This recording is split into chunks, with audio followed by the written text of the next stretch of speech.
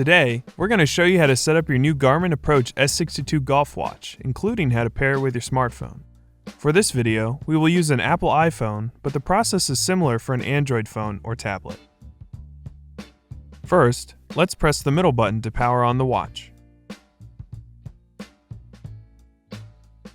Use the touchscreen to scroll up and down through the language options.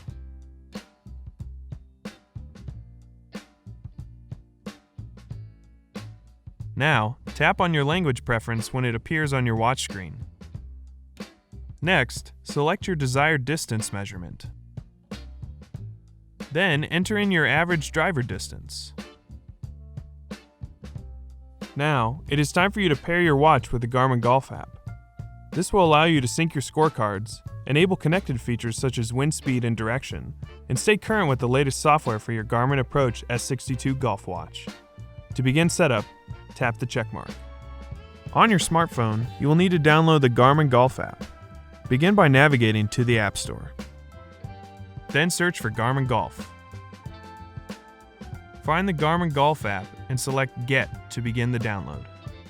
Once the download is complete, launch the Garmin Golf App by selecting Open.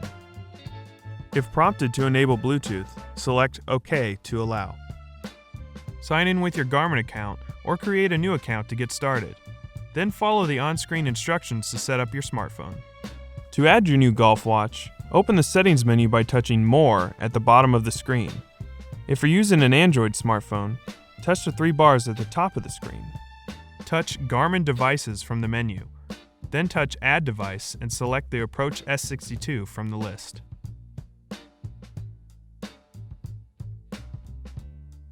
On your watch, select OK. Now that your watch is ready to pair, touch Start on the Garmin Golf App. Follow the on-screen instructions on both your device and smartphone to finish pairing.